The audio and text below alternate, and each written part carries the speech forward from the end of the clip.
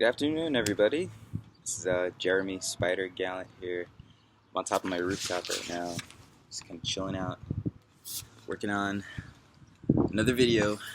Hold on, let's see over on this side. Come take a walk.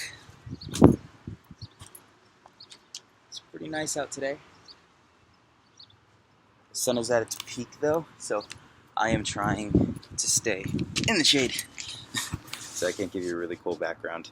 But yeah, I wanted to put together a little video today detailing kind of like the history of first-person video, of my first-person videos. Because what exactly brought this about? I was spooling through the latest thing I did and noticed that the method of editing with invisible cuts, going from one point to another, one setting to another, and trying to make it look seamless, as if you teleported into the space, was something that I did years ago, probably about 8 years ago is the origin, and I noticed everybody does it now. And I was like, I don't want to toot my own horn or anything, I don't want to take any credit, but I was like, I think I started that trend. I'm not totally sure. And I started doing some digging and looked at the dates corresponding to other videos that have gone up there with the same technique, and it was like, yeah, I'm pretty sure that I was the first one to do it. So I went back and compiled every video that I've done, started from the beginning, and I wanted to just go over kind of a quick history and show some examples, some really good examples of other artists that do it that I just love, and I can't get enough of it. Ses mouvements depuis 15 ans. C'est son jardin d'enfant à lui, un jardin de 20 mètres de haut.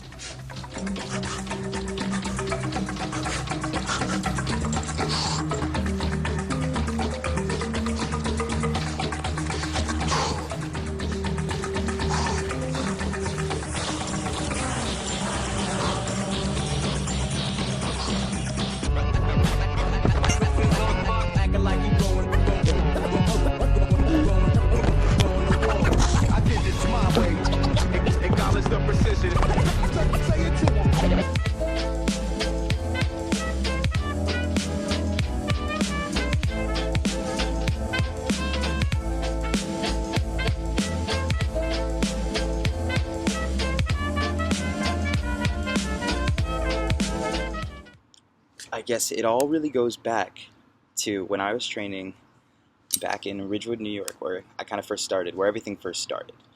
And my friend Crash and I put together this parody of Mirror's Edge. It's how that we wanted to make a tribute to the game. And we took his HD mini DV camera and hooked it up. We taped it to the side of my head, and it was crooked. And it was like zoomed in, it was awful, the quality's so bad. Check it out.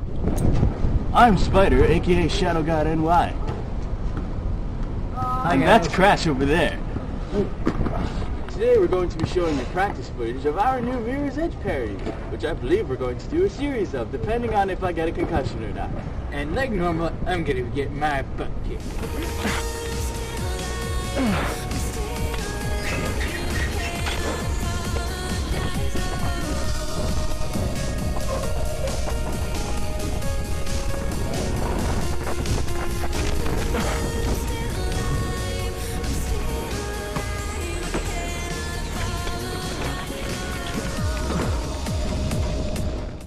So here we are, kids just trying to strap cameras to our heads and make these videos.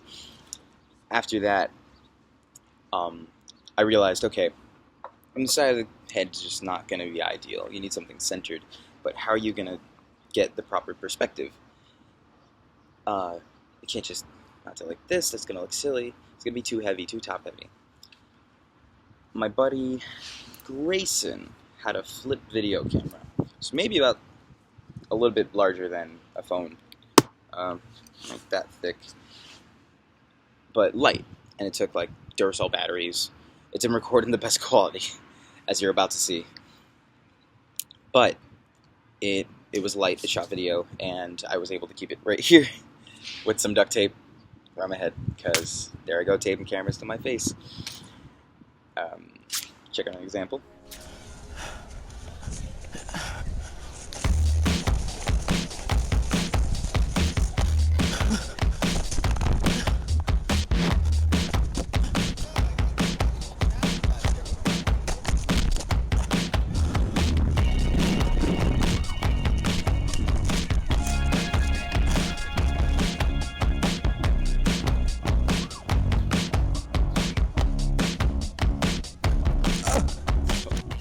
Definitely not the best, but there was this one bit of transition that I threw in. And it came, as I was going through the edit, I noticed that the clip right after that first jump just looked horrible, and the clip before that first slide looked horrible. And there was this kind of swing that was happening in both of them. They're both going in the same direction. And I noticed like my arm going past and the screen kind of wiping, and was like, huh, hold on a second, I'm gonna just make that look a little better. And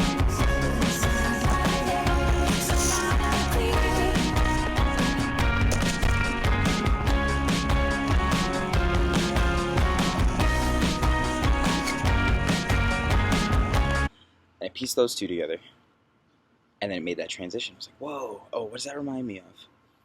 And then it jumped in my head, this old gameplay trailer from Mirror's Edge, back before it came out, this E3 gameplay trailer, where every single move that Faith did transitioned into a new area.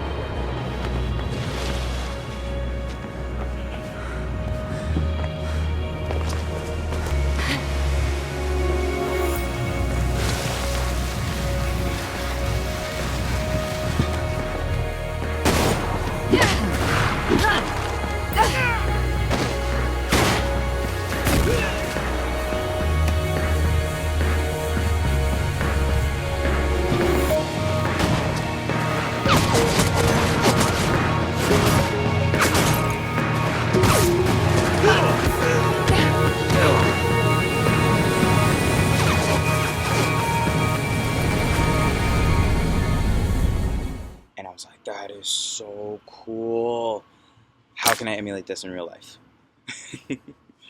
So after that, I was like, I've got to get a better camera for this. I need to. And I think that's about when GoPro first started booming. And I was seeing videos of these people at like 720 HD with a fisheye lens, beautiful view, and a really, really solid frame rate. Let's go, where can I get one of these cameras? They're fantastic. And you know, I was just a broke kid back then. I'm still a broke kid. Who am I talking? Who am I kidding? I'm still broke. But you know, as a kid living with my mom, like, can I get $200 for a GoPro? Like, no. So, fortunately, I was getting into acting at this time, and I had just answered a Craigslist ad for this movie, this short film, Color of Anger, directed by Ashish Sharma. Fantastic guy, one of my good friends. Gave me the opportunity to do this film, and its concept is a drug-abusing teenager who's dealing with depression, anxiety, and really crazy thoughts because of domestic abuse that's happening in his house, from his abusive father to his mother to him. And what he does is, like, he skateboards and he trains parkour to escape reality. And Ashish wanted to put that into perspective, literally, using GoPro with first-person parkour, first-person skateboarding. And when I had the chance to do that, I jumped at the opportunity to be like, could I please borrow this GoPro from you and experiment with it a little bit? And he was more than happy to do so. And in that time, I was able to get my video invigoration done, and kaleidoscope as well.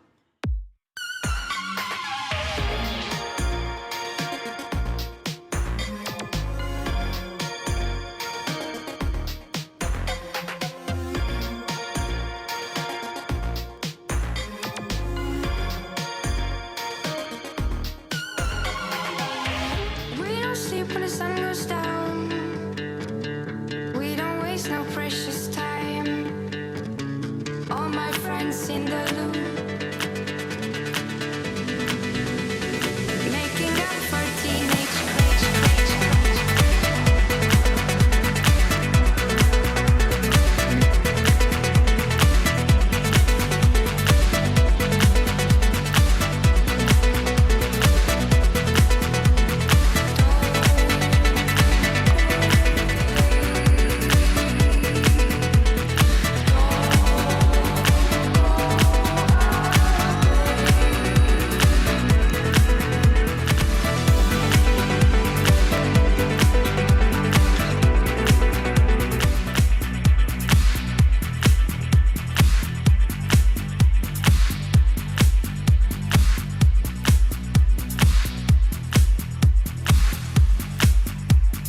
that's where I first really started to experiment with GoPro and found how wonderful and versatile that it is.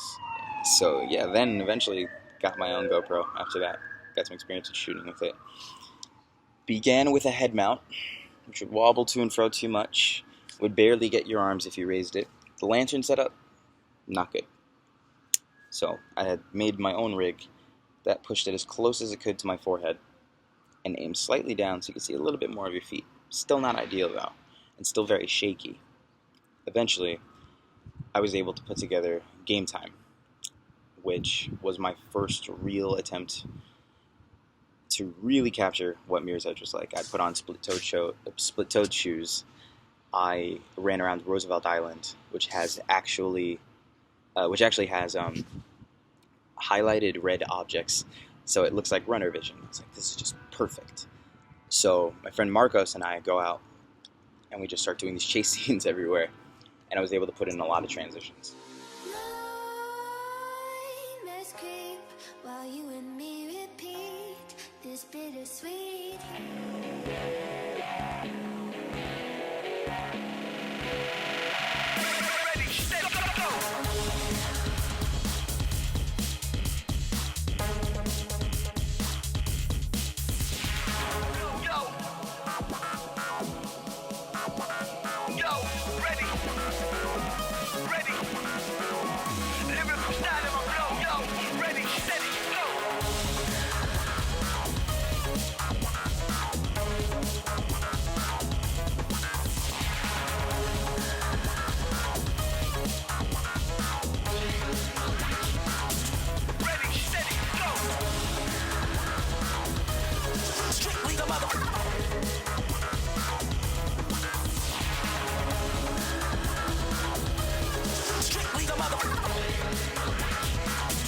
After I uploaded that, maybe about a week later or so, I just wake up and I go to check the views, and it hit like a couple 100,000. Whoa, what happened? How did this happen? And like Kotaku had linked it, and Reddit had linked it, and Dig had linked it. And that was just massive to me. I said, this could really be something. So less and less I focused on doing first-person video. Less and less I focused on doing third-person video, and I began to foray more into first-person.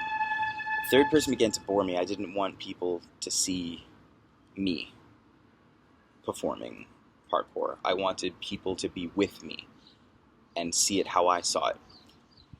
Because one of the big things that happens a lot with parkour, especially with parkour videos, when people are first exposed to it, they tend to generally see just the really big, really dangerous stuff, the showy, flashy stuff, because that's what catches everybody's attention in the media and movies. They see a huge rooftop gap, or these double side flips, which is free running, by the way, and then they go, whoa, that's impossible, these guys are crazy, I can't believe what they're doing is so dangerous, ah. But parkour just comes from the ground up, like, whenever I teach a class, I start it with that. I go, we're going to start literally from the ground up. We're not doing huge, crazy jumps or anything like that. You're going to learn to crawl before you do anything. And from my perspective, you get that sense of being in that moment, which is what we really live for. That freeing feeling once your feet leave the ground, once you're in midair and you reach the apex of your jump and you're weightless and your momentum carries you through your environment effortlessly, fluidly. That's really what really drives us as tracers, that moment.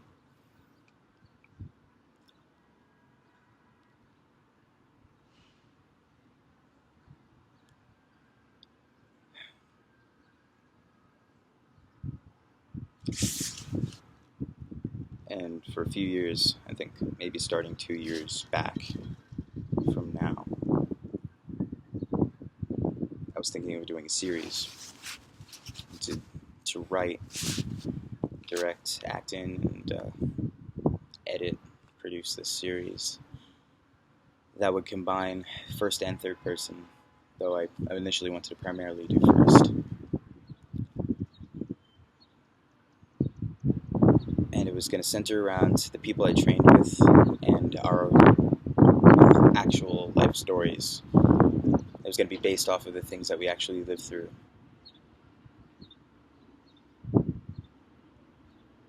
Through time, things just kind of changed.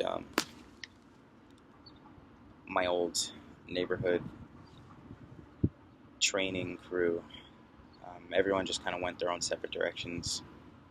A lot of people fell into ruts and bad habits, myself included.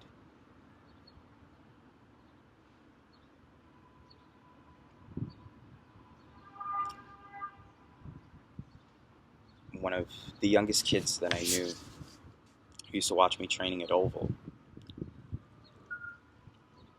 and started training because of Crash and I at that park. He's about 13 years old when he started, maybe 12, maybe even 11. Hussein Momin. How's it going, bro? Good to see you. Yeah, Regions Week, you got off? No, go to school. Oh. I'm headed to work. Yes, take care. Thank you. Nice to see you. Sleep when the sun goes down. We don't waste no precious time. All my friends in the loop, making up for teenage crime. I had him in mind to play my younger brother, and he was like a younger brother to me. And unfortunately, last year, February, he had passed.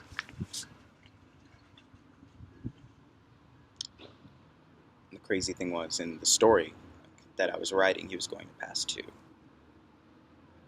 But then for it to happen in real life was just unreal. And I just kept on thinking about how often I thought of doing this series and how much I delayed. And as if that wasn't enough, my best friend and colleague, Basilio Mantilla. How goes it, sir? Good to see you. I had to get that intro with it on.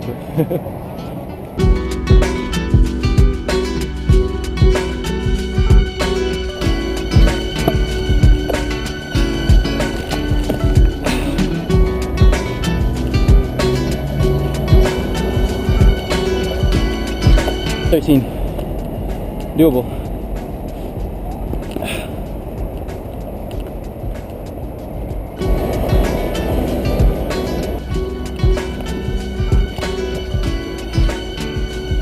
Make it smoother.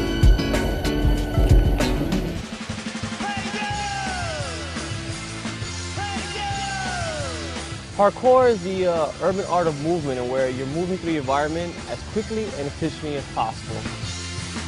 Basically what you want to do is get yourself so in tune with your hands and feet that you're able to cross over anything using them.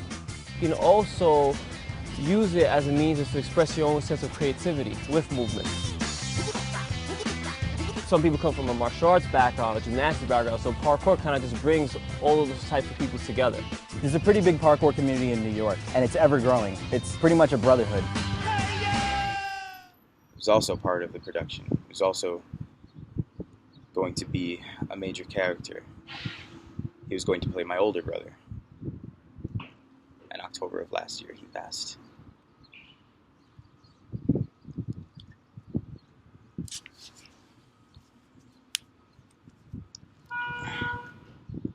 Basilio and Hussein were incredible.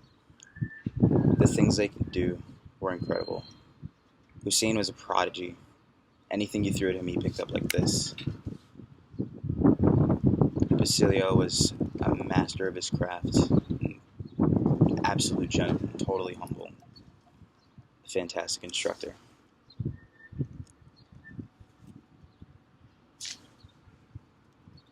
This is a wristband that was made in his memory. Train hard. Stay humble. Basilio. Wear it every day.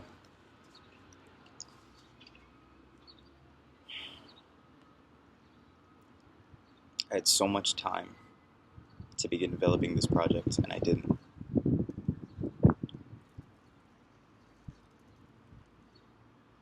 can't wait any longer.